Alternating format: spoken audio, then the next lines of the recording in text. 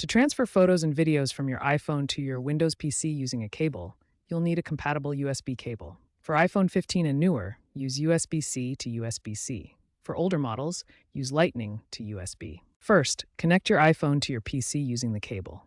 Unlock your iPhone and, if prompted, tap Trust this computer.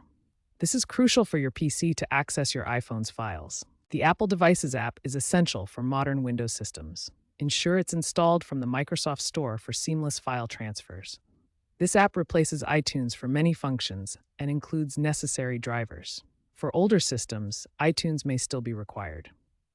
Once connected and trusted, open File Explorer on your PC. Your iPhone should appear under this PC as a removable drive, like iPhone or Apple iPhone. Navigate to Internal Storage DCIM to find your photos and videos organized in folders. Select the files you want to transfer and copy them to your desired folder on your PC.